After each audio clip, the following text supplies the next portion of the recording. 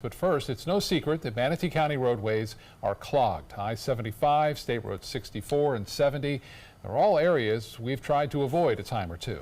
That's right. So we wanted to know, what are the best kept traffic secrets in Manatee County? ABC 7's Jess Dowdrick investigates.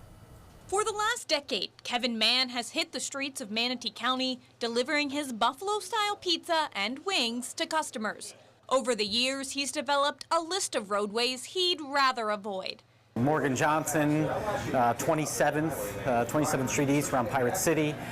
64, it flows relatively quick, but when you get those red lights and around the hospital area going closer to downtown, it gets a little heavy. Casa di Pizza sits right along State Road 64, so Mann can't avoid the traffic. But that's not necessarily a bad thing, because Mann says as traffic gets heavier, out east, with the interstate being under construction, we're gaining a lot more business due to the travel that nobody wants to make in town.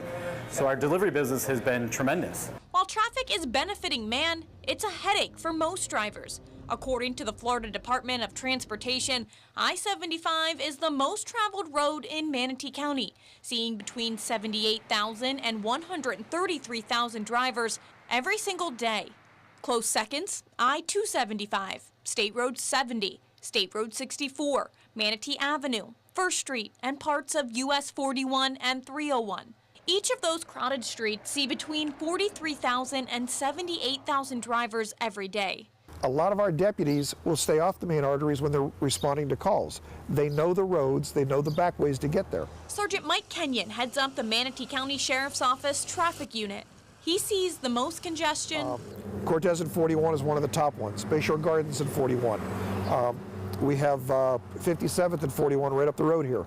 These are all high traveled areas with a lot of crashes. US 301 is another one. I-75, which is mainly handled by the Highway Patrol.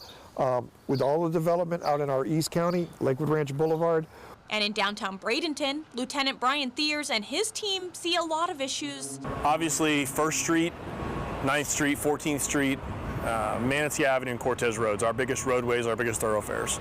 The routes taking drivers to and from the barrier islands. Unfortunately, law enforcement says there's no way around that congestion. Same goes for drivers crossing the bridges that stretch across the Manatee River. But there are some congested streets that you can avoid.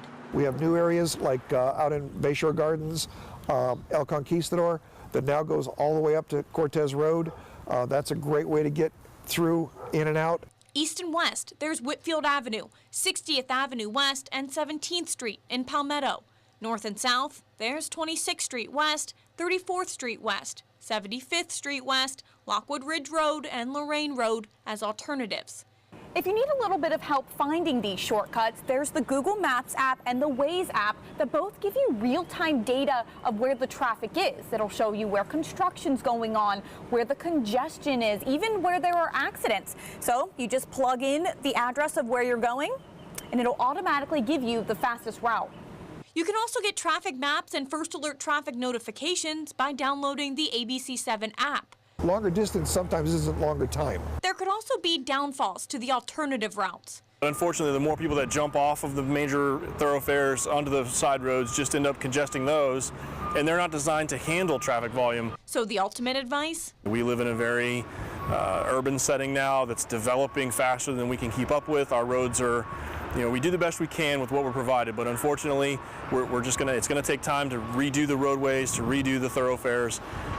Be patient, don't get frustrated, leave 10 minutes early if you need to, and just be safe. Jess Dowdrick, ABC 7, your Suncoast News.